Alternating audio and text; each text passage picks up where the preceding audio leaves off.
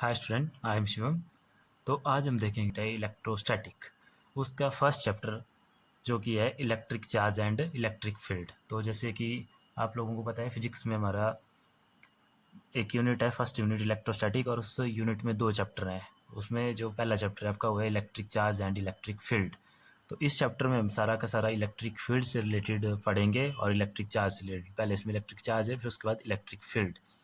तो सबसे पहले देखो, चैप्टर का नाम या यूनिट का नाम है इलेक्ट्रोस्टैटिक। तो सबसे पहले तो हमें पता होना चाहिए कि इलेक्ट्रोस्टैटिक क्या है। तो जैसे मैंने आपको बताया था कि हमारी फिजिक्स की बहुत सारी ब्रांचेज हैं, जैसे मैकेनिक्स है, थर्मोडाइनमिक्स है, काइनेटिक्स है, इस तरह से बहुत सारी ब्रांचेज हैं जिसमें हम अलग अलग फील्ड के बारे में स्टडी करते हैं। तो इलेक्ट्रोस्टैटिक फिजिक्स की एक ऐसी ब्रांच है जिसमें हम इलेक्ट्रिक चार्ज के बारे में पढ़ते हैं, उसकी प्रॉपर्टीज़। लेकिन कंडीशन इसमें ये है कि यहाँ पे हम सिर्फ उसी चार्ज की बात करेंगे जो स्टैटिक होगा। स्टैटिक मीन्स रेस्ट पे होगा। रेस्ट मीन्स जिसमें किसी तरह का मोशन नहीं होगा, उसकी पोजीशन फिक्स होगी।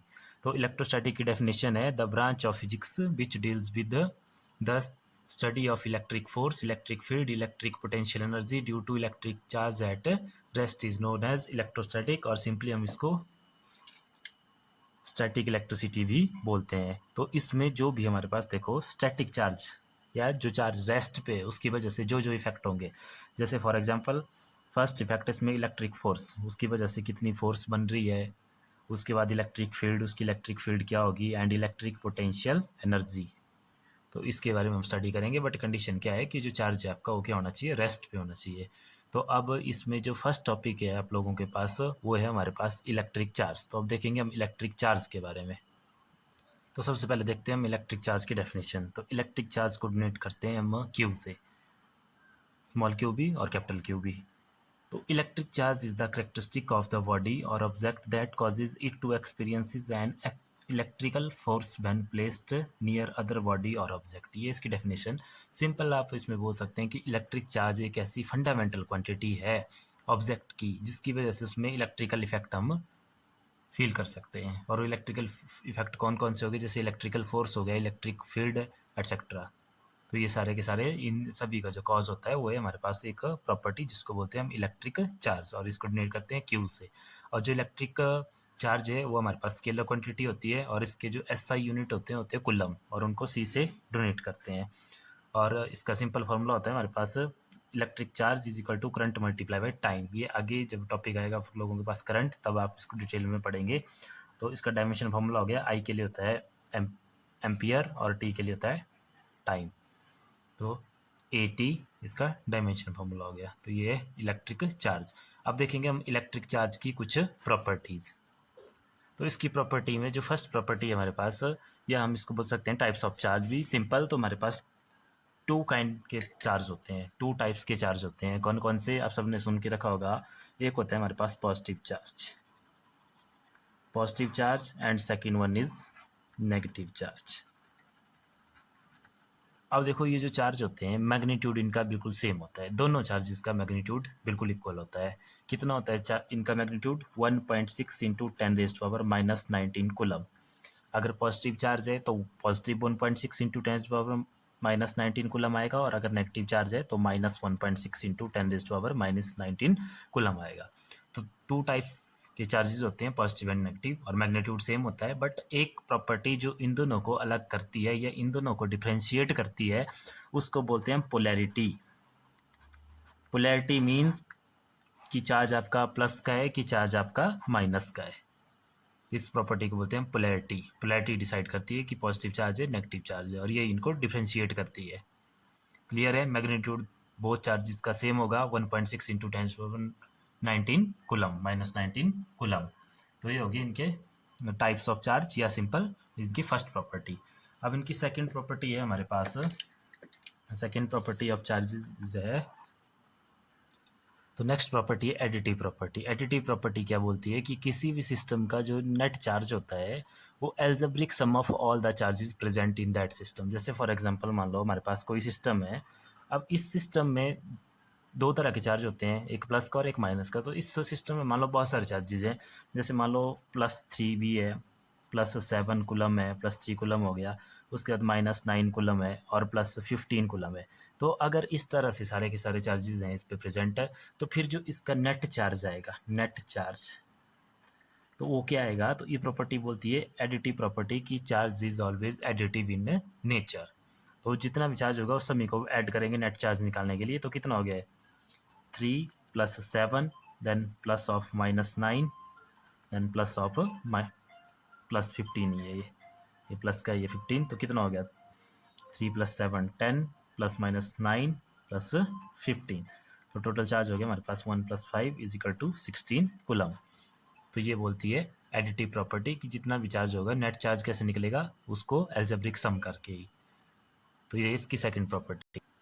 तो इसको अगर डिफाइन करना हो तो इसकी सिंपल डेफिनेशन होगी, net charge of a system is determine by adding of या addition of all charges present in the system. तो जितने भी चार्ज उसमें प्रेजेंट होंगे, चाहे प्लस के हैं चाहे माइनस से, आप लोगों को क्या करना है, एल्जेब्रिक सम करना है उनका। तो जो नेक्स्ट प्रॉपर्टी हमारे पास वो है कंजर्वेशन ऑफ इलेक्ट्रिक चार्ज। तो ये क्या बोलती है, ये प्रॉपर्टी बोलती है कि net charge of an isolated system is conserved. तो इसमें पहले तो आप लोगों को, जैसे वर्ड यूज़ हो रहा है इसमें आइसोलेटेड, तो आइसोलेटेड वर्ड क्लियर होना चाहिए। आइसोलेटेड का मतलब है, जैसे मान लो अब हम किसी सिस्टम पे चार्ज स्टडी कर रहे हैं, जैसे मान लो ये कोई सिस्टम है हमारे पास इस तरह से, तो आइसोलेटेड का मतलब है कि इस सिस्टम में इस सराउंडिंग का कोई इफेक्ट नहीं रहेगा। जैसे अगर चार्ज की टर्म में बात करें, तो अगर मान लो कोई भी चार्ज ना तो इस सिस्टम में बाहर से अंदर ट्रांसफ़र हो रहा हो और ना ही अंदर से बाहर कोई चार्ज ट्रांसफ़र हो रहा हो, तो उस सिस्टम को बोलेंगे हम आइसोलेटेड सिस्टम। तो उस सिस्टम के लिए ये लॉ बोलता है कि जो इस सिस्टम का, मान लो जैसे इसमें अगर चार्ज 15 कूलम है, तो वो 15 कूलम ही रहेगा ऑलवेज, जब तक वो ट्रांसफ़र नहीं होता, या ये आइसोलेटेड सिस्टम है, वो चार्ज आपका ना तो इसमें डिस्ट्रॉय होगा और ना ही इसमें नया चार्ज क्रिएट होगा। तो ये है आपका कंजर्वेशन ऑफ इलेक्ट्रिक चार्ज। और इसको देखो एक और एग्जांपल से समझो, जैसे मान लो अब कोई सिस्टम है हमारे पास, इस सिस्टम में दो बॉडी प्रेजेंट है, एक बॉडी ए है एक बॉडी बी है। अब मान लो इस पे जो चार्ज है हमारे पास वो है 10 कूलम, पॉजिटिव 10 कूलम, और बॉडी बी पे चार्ज है हमारे पास मान लो -20 कूलम। तो नेट चार्ज कितना हो गया सिस्टम का, नेट चार्ज क्या होता है, अलजेब्रिक सम, तो +10 कूलम प्लस ऑफ -20 कूलम, तो हो गया +10 coulomb plus -20 coulomb, that is -10 coulomb. तो ये हो गया इसका नेट चार्ज। अब ये सिस्टम भी आइसोलेटेड है, आइसोलेटेड मीन्स इस सिस्टम के बाहर ना तो कोई चार्ज आएगा और ना ही इस सिस्टम के बाहर से इसमें कोई चार्ज जाएगा। तो अब देखो, अब आपका ये जो टोटल चार्ज है -10 कूलम, ये कंजर्व रहेगा। हाँ, यहाँ पे एक और कंडीशन बनती है, ऐसा हो सकता है कि ये जो चार्ज हैं आपस में इंटरचेंज कर जाए। इंटरचेंज करने का मतलब है, जैसे मान लो यहाँ पे क्या हुआ, जैसे सिस्टम नंबर ए पे था पहले 10 कूलम चार्ज, अब मान लो यहाँ पे 15 कूलम चार्ज हो गया। तो अब अगर इसमें जो है 5 कूलम बढ़ गया, तो यहाँ से जो नेगेटिव है वो 5 कूलम आपका क्या हो जाएगा, कम हो जाएगा। और तो इसमें 5 कूलम और कम हो गया, तो दैट मीन्स -20 एंड 5 -5 और, तो इसमें हो गया आप लोगों के पास चार्ज -15 कूलम, -25 कूलम। तो दोबारा नेट चार्ज कितना रहा, तो नेट चार्ज रहा आपके पास 15 कूलम प्लस -25 कूलम, तो ये हो गया 15 coulomb -25 coulomb, that is -10 coulomb.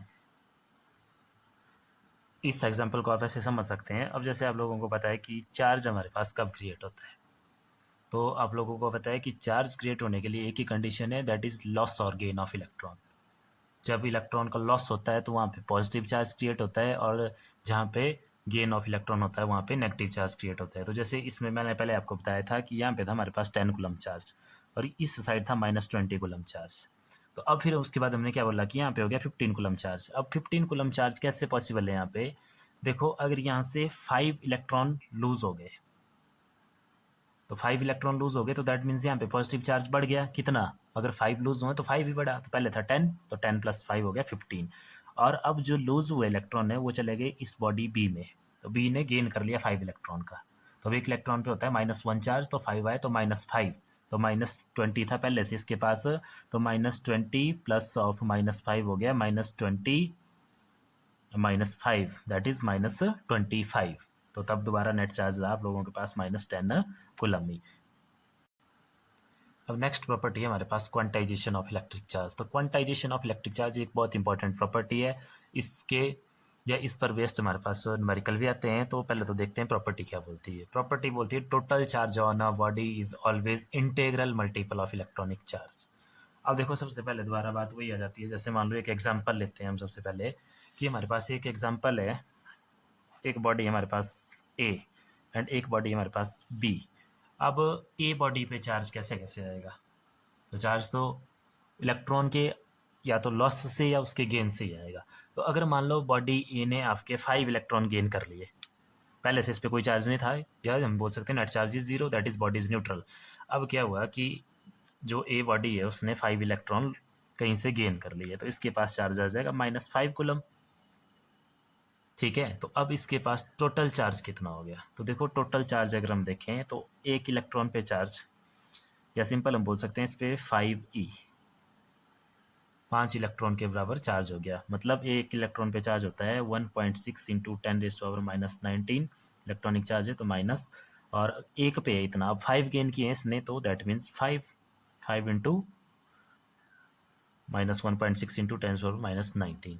अब वैसे ही अगर बॉडी बी है हमारे पास, बी ने मान लो लूज कर लिए 5 इलेक्ट्रॉन, तो अब लूज किए तो इस पर पॉजिटिव चार्ज आएगा हमारे पास, कितना पॉजिटिव 5 इंटू 1.6 इंटू 10⁻⁻19।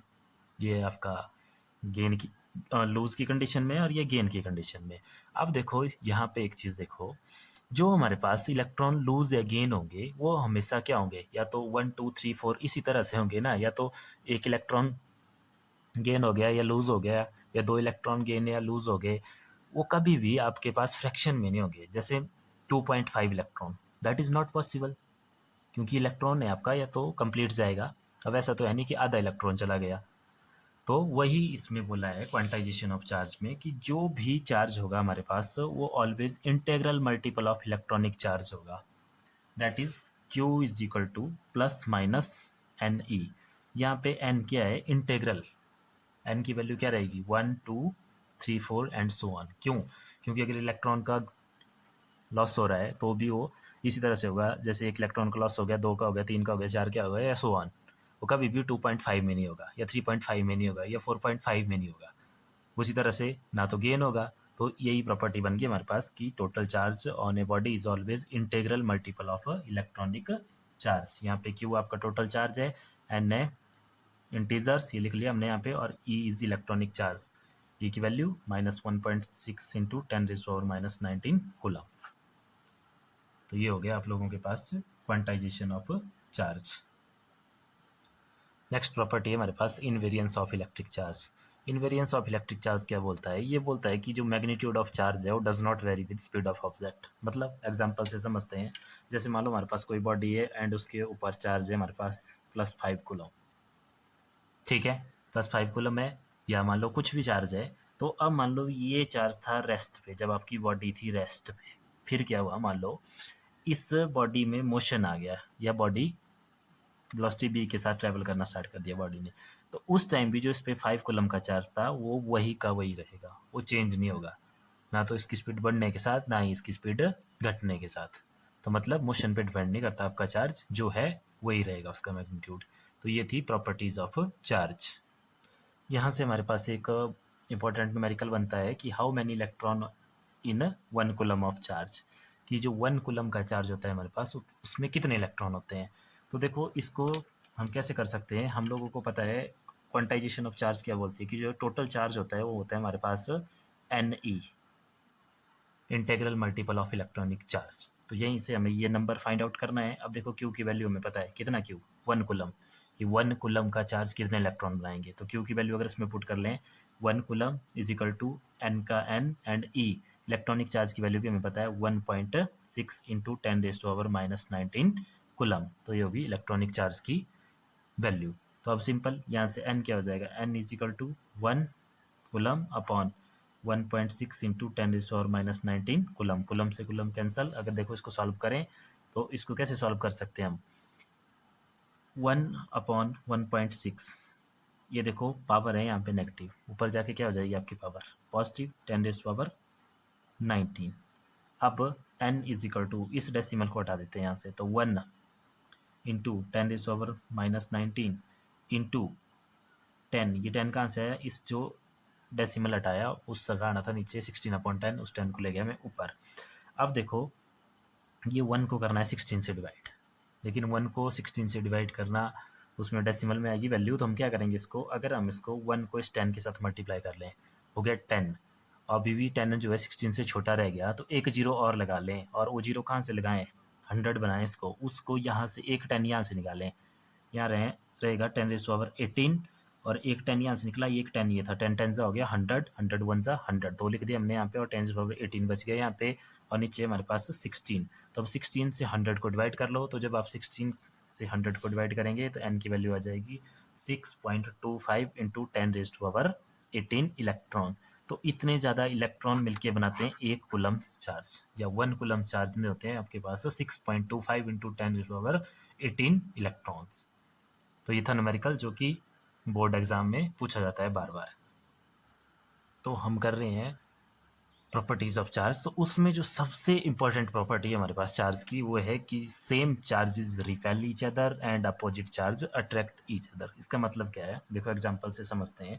मान लो हमारे पास अगर एक पॉजिटिव चार्ज है यहाँ पे, और दूसरा भी इसके साथ पॉजिटिव ही चार्ज है, दोनों चार्ज पॉजिटिव हैं, तो इन दोनों का एक दूसरे के ऊपर क्या इफेक्ट रहेगा, ये दोनों चार्जेस एक दूसरे को करेंगे रिपेल, एक दूसरे को रिपेल करेंगे, क्योंकि दोनों चार्ज सेम चार्जेस हैं, सेम चार्ज करते हैं रिपेल। और अगर मान लो दोनों ही चार्ज माइनस के हैं, उस केस में भी क्या होगा, रिपल्सन ही होगी, वो भी रिपेल नहीं करेंगे। लेकिन अगर अपोजिट चार्ज आ जाए, अपोजिट चार्ज मान लो एक पॉजिटिव चार्ज है एंड दूसरा नेगेटिव चार्ज है, तो उस टाइम ये दोनों एक दूसरे को अट्रैक्ट करेंगे, इस केस में होगी अट्रैक्शन, ये अट्रैक्ट करेंगे एक दूसरे को।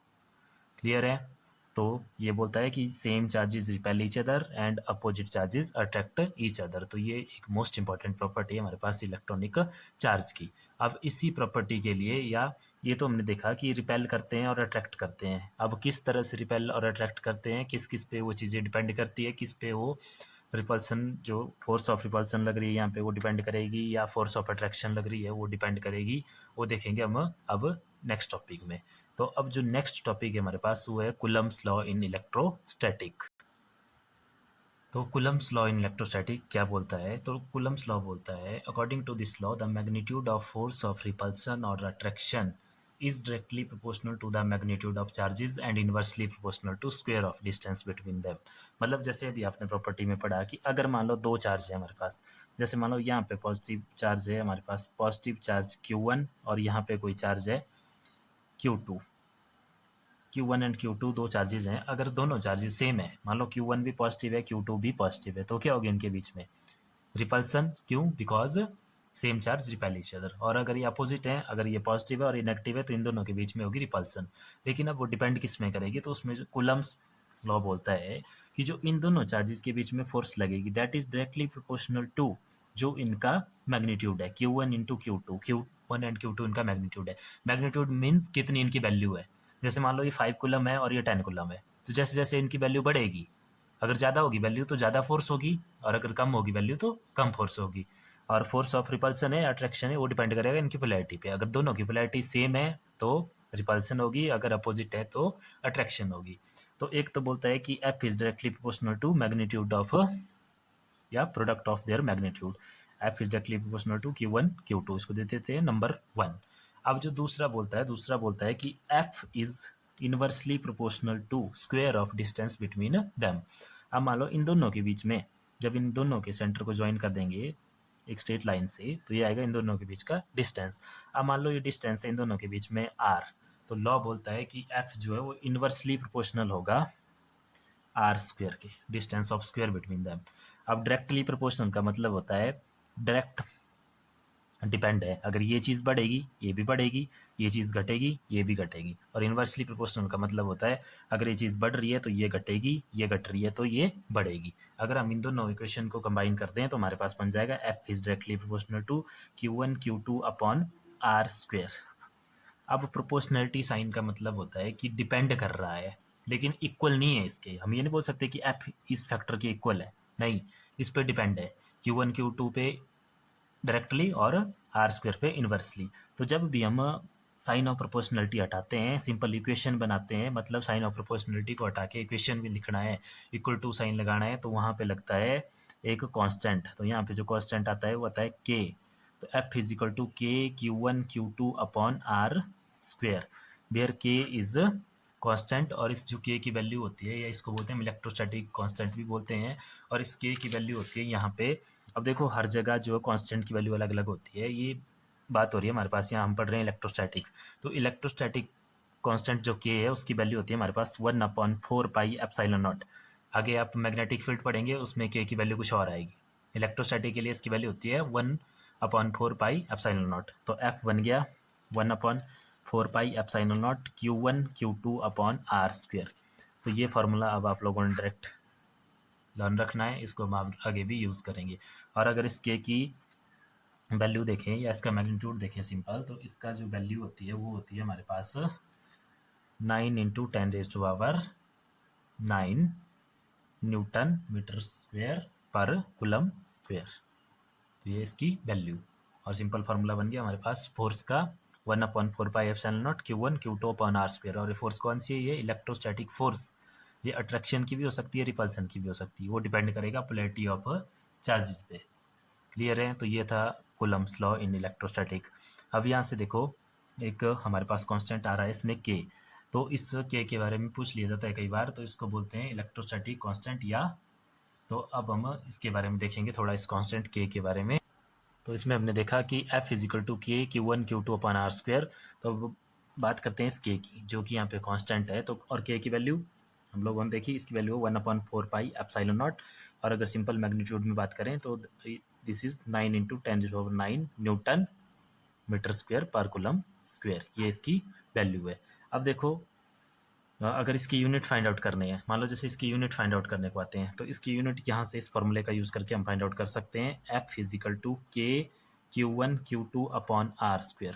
तो अगर के की वैल्यू निकालें तो के दूसरी तरफ देखो क्या है, F Q1 Q2 हो रहे हैं यहाँ पे इस के साथ मल्टीप्लाई, दूसरी तरफ जाके हो जाएंगे divide. Q1 Q2 are square हो रहा है इसके साथ डिवाइड, दूसरी तरफ जाके हो जाएगा ये मल्टीप्लाई। तो यहाँ से F की यूनिट न्यूटन, आगे आर स्क्वेयर, आर था डिस्टेंस, तो डिस्टेंस की यूनिट होते हैं मीटर, तो आर स्क्वेयर की होगी मीटर स्क्वेयर, और नीचे है Q एंड Q2। ये चार्जेस हैं, चार्जेस का यूनिट होता है कुलम। तो यहाँ पे दो चार्जेस हैं, तो दो चार्जेस के लिए हो गया coulomb into coulomb, that is coulomb square. तो सिंपल यूनिट हो गया Newton metre square per coulomb square. ठीक है, और उसके बाद देखो जो के का फॉर्मूला रहा है 1/4 पाई एप्सिलॉन नॉट। यहाँ पे एक और कांस्टेंट यूज हो रहा है एप्सिलॉन नॉट। पाई की वैल्यू तो सबको पता है, पाई इज सिंपली 3.14, लेकिन यहाँ पे साथ में एक और कांस्टेंट है एप्सिलॉन नॉट। एप्सिलॉन नॉट को हम बोलते हैं एब्सोल्यूट परमिटिविटी, एब्सोल्यूट परमिटी, और इसकी वैल्यू होती है epsilon naught is equal to 8.854 × 10⁻⁻12 coulomb square newton, या कूलम स्क्वेयर पर न्यूटन पर मीटर स्क्वेयर। तो इसकी वैल्यू होती है, ये भी आप लोगों ने लर्न कर लेनी है, क्योंकि ये भी MCQ वगैरह में पूछ ली जाती है, और इसकी यूनिट भी पूछ ली जाते हैं। तो इसकी यूनिट भी सेम जैसे हमने यहाँ से निकाले के की यूनिट, वैसे ही 1/4 पाई एप्सिलॉन नॉट लिख के आप एप्सिलॉन नॉट की यूनिट भी निकाल सकते हैं। उसके टाइम जो 4 है, 4 कांस्टेंट है, कांस्टेंट के कोई यूनिट नहीं होते, पाई भी कांस्टेंट है, सिंपल नंबर है, तो इसके भी कोई यूनिट नहीं रहेंगे, तो आप लोग इसके यूनिट निकाल सकते हैं, ऐसे जैसे हमने फोर्स के और इसके निकाले के। तो ये था कूलम्स लॉ इन इलेक्ट्रोस्टैटिक।